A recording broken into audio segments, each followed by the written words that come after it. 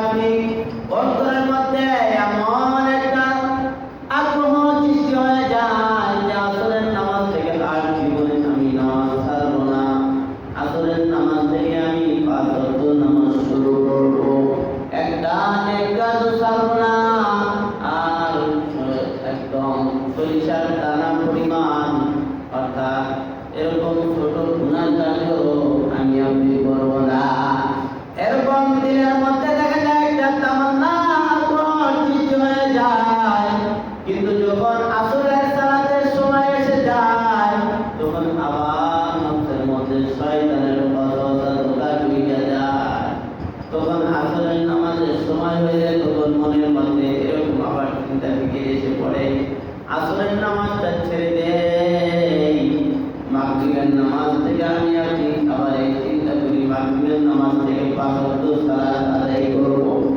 আবার যখন মাগরিবের সময় চলে আসে, দিলের মধ্যে বড় ধোঁকা চলে আসে, আমি আপনি এরকম ধোঁকায় পড়ে যাই, শয়তানের ওয়াসওয়াসায় পড়ে যাই, মাগরিবের সালাতটা ছেড়ে দেই, এশার থেকে 5 ওয়াক্ত সালাত আদায় করব।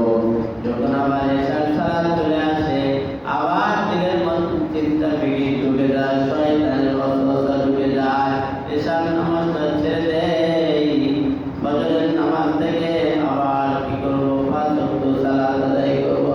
এরকম ভাবে তোমরা আস্তে আস্তে আগামী চক্করে পড়তে পড়তে এক সময় দিলের মধ্যে এমন চিন্তা ফিকির এসে যায় যে এই সপ্তাহে এভাবে চলে যায়, সামনে শুক্রবার থেকে 5 ওয়াক্ত নামাজ আদায় করা শুরু করব। আবার যখন জুমার নামাজটা আদায় করি, আবার দেখা যায় আগামীকালের চক্করে পড়ে যায়। মুসলমান ইমানদার, একটু চিন্তা করা যায়, আমি আপনি এশার নামাজ অর্থাৎ আসরের নামাজ পর্যন্ত অপেক্ষা করতে চাচ্ছি, আবার আসর আসলে মাগরিবের থেকে শুরু করতে চাচ্ছি, আবার দেখা যায় এশার সময় শুরু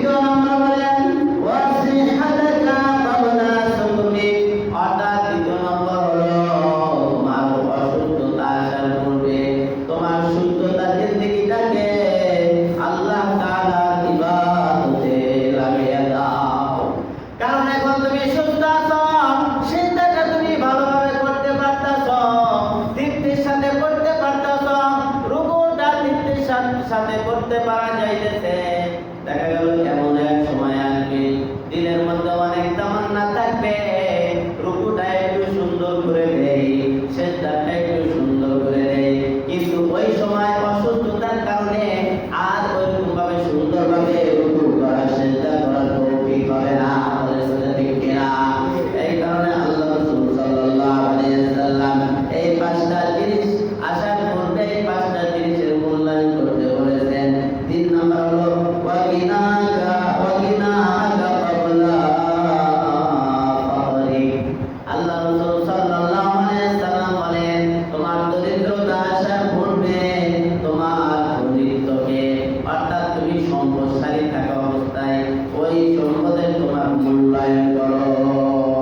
দরিদ্রতা আসার পূর্বে দরিদ্রের মূল্যায়ন করো, এবং কি তোমার ব্যস্ততা আসার পূর্বে তোমার ব্যস্ততা আসার পূর্বে তোমার অবসর জীবিকার তুমি মূল্যায়ন করো।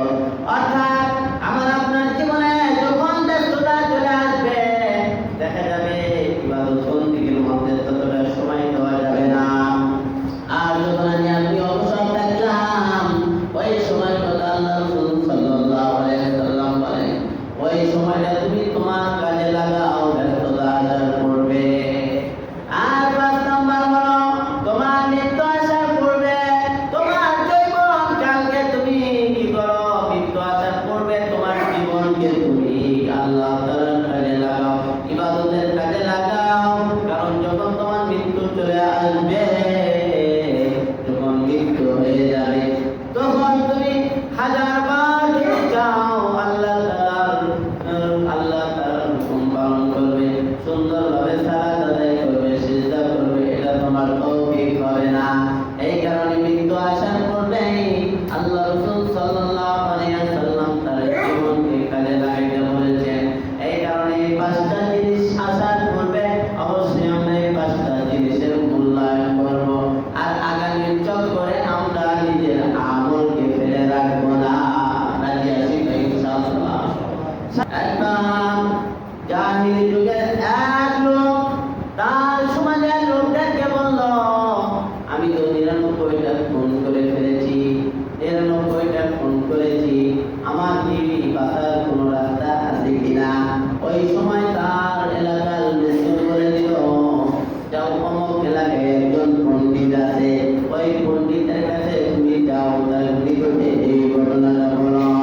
এবার ওই ব্যক্তি যখন দেখা গেল ওই পার্শ্ববর্তী এলাকায় গেলেন, এবার ওই পণ্ডিতের কাছে গিয়া বলতেছে, পণ্ডিত মশাই, আমি তো 99টা খুন করে ফেলেছি, বড় অন্যায় করে ফেলেছি, আমার তখন এই গুনাহ থেকে বাঁচার কোনো রাস্তা আছে কিনা?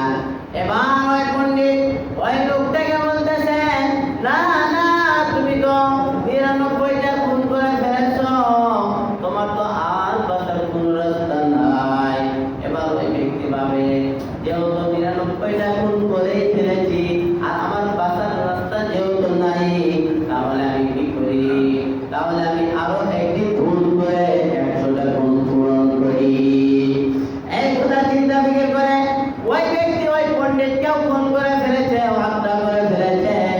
এবার আবার নিজের এলাকার লোকদের কাছে ফিরে আসছে। এবার লোকদেরকে বলে, না, আমি তো দেখা গেল তার কাছে গেলাম, সে তো আমার বাঁচার কোনো রাস্তা বলে দিল না, 99টা খুন করেছি, আমার তো আর কোনো বাঁচার রাস্তা নাই, এখন আমি কি করতে পারি? এবার তার এলাকার লোকজন বলল, ওই যে আমাদের পার্শ্ববর্তী আরেকটি এলাকা, ওই এলাকার লোকজন অনেক ভালো, যাও তুমি তাদের সাথে চলো এবং তাদের থেকে তুমি পরামর্শ নাও। এবার ওই ব্যক্তি আবার ওই বাড়ির দিকে রওনা হইল, ওই পার্শ্ববর্তী এলাকার দিকে রওনা হইল। এবার যখন যাইতেছে অর্ধেক রাস্তা যাওয়ার সময় এবার তার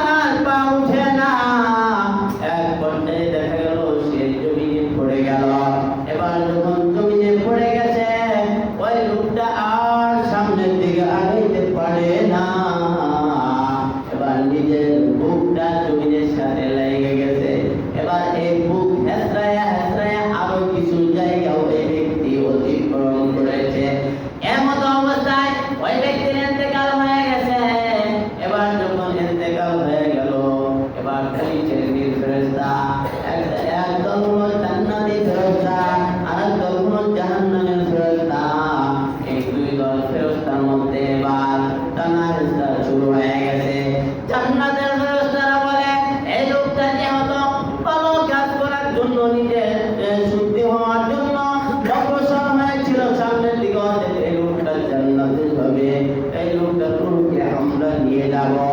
এবার যারা জাহান্নামীর ফেরেশতা, ওই সকল ফেরেশতারা বলেন, না না না, সারা জীবন এই ব্যক্তি গুনাহের কাজ করেছে, 100টা খুন করেছে, যেহেতু সারা জীবন গুনাহের কাজ করলো, অতএব এই ব্যক্তি জাহান্নামী হবে, এই ব্যক্তির রূহ আমরা নিয়ে যাব। এবার যখন দুই দল ফেরেশতার মধ্যে এরকম তাগাদা শুরু হয়েছে, আল্লাহ রাব্বুল আলামিন ওই সময় হযরত জিবরাইল আলাইহিস সালামকে বলেন, হে জিবরাইল, যাও যাও, তুমি এই দুই দল ফেরেশতার মধ্যে তুমি একটা মীমাংসা করে দিয়ে আসো। আসলে এই লোকটা আল্লাহ তাআলা জানেন তো তাকে জান্নাতি বানাইবে, কিন্তু এটা একটা জিবরাইলের মাধ্যমে তাদের দুই দল ফেরেশতাদের মধ্যে একটা সংশোধন করে দিয়েছেন। এবার যখন হযরত জিবরাইল আমিন আলাইহিস সালাম জমিনে আসেন, আসার পরে দুই দলের অভিযোগ শুনেছেন। এবার বলতেছেন, জিবরাইল আলাইহিস সালাম বলতেছেন যে দেখি লোকটা বাড়ি থেকে যে রওনা দিয়েছিল, এখন লোকটা ওই ভালো এলাকার দিকে বেশি রাস্তা অতিক্রম করেছে, না তার বাড়ির দিকে বেশি রাস্তা রয়ে গেছে। এবার যখন এই রাস্তা পরিমাপ করা হলো, সর্বশেষে দেখা গেল ওই ব্যক্তি নিজের বুক জমিনের সাথে লাগাইয়া, যতটুকু রাস্তা জমিনের সাথে বুক লাগাইয়া সামনের দিকে গিয়েছে, ওই রাস্তাটুকু ওই ব্যক্তি বেশি সামনের দিকে অগ্রসর হয়েছে। আর এইটুকু অগ্রসর হওয়ার কারণে আল্লাহ তাআলার ঘোষণা অনুযায়ী জিবরাইল আমিন ফয়সালা দিলেন, যেহেতু সে ভালোর দিকে বেশি অগ্রসর হয়েছে, অতএব এই ব্যক্তির রূহ জান্নাতি। সকলে বলেন সুবহানাল্লাহ। এই কারণে মূলত আমি যেই কথা দিয়ে আলোচনা শুরু করেছি, আগামীর চক্করে ফেলে না রাখা, দিলের মধ্যে যখন এই জাগ্রত হবে আমলের কথা, সেটা যে কোনো আমলের কথা হোক না কেন, সাথে সাথে যদি ওই আমলটা শুরু করে দেয়, হতে পারে আমার জীবনের পিছনে অসংখ্য গুনাহ থাকতে পারে, আমার আপনার জীবনে অসংখ্য গুনাহ থাকতে পারে, কিন্তু ভালো কাজের নিয়ত করে সাথে সাথে শুরু করার কারণে আল্লাহ রাব্বুল আলামিন আমার আপনার পিছনের জিন্দেগীর সমস্ত গুনাহ মাফ করে জান্নাতি বানিয়ে দিবে। এই কারণে ভালো কাজ সাথে সাথে শুরু করব না, আগামী টপ করে ফেলে রাখবো। চিল্লায়া বলেন, আওয়াজ নেই মনে হয়। ভালো কাজ সাথে সাথে শুরু করতে হবে, আগামীর জব করে ফেলে রাখা যাবে না, যে নামাজ আসর থেকে শুরু করবো নি, আসরের সময় আসলে মাগরিব থেকে শুরু করবো নি, এরকম আগামীর জব করে ফেলে রাখা যাবে না, সাথে সাথে শুরু করতে হবে। কারণ জানা নাই আমার আপনার মউত কখন চলে আসে, ওই আগামী নামাজ পর্যন্ত আমি আপনি হায়াত পাবো কি পাবো না তার কোনো গ্যারান্টি আছে? কেউ দিতে পারবে? গ্যারান্টি নেই। এই কারণে আমরা সাথে সাথে শুরু করবো ভালো কাজগুলা, গুনাহের কাজের দ্বারের কাছেও উঠব না। আল্লাহ তাআলা আমাদের প্রত্যেককে সাথে সাথে আমল করবার তৌফিক দান করে। আল্লাহ তাআলা প্রত্যেককে 5 ওয়াক্ত নামাজ বানায় দেন, সকলকে আল্লাহ তাআলা গুনাহের কাজ থেকে হেফাজত করেন, সর্বদাই ঈমানি হালতে থাকবার তৌফিক দান করেন। সকলে আমিন।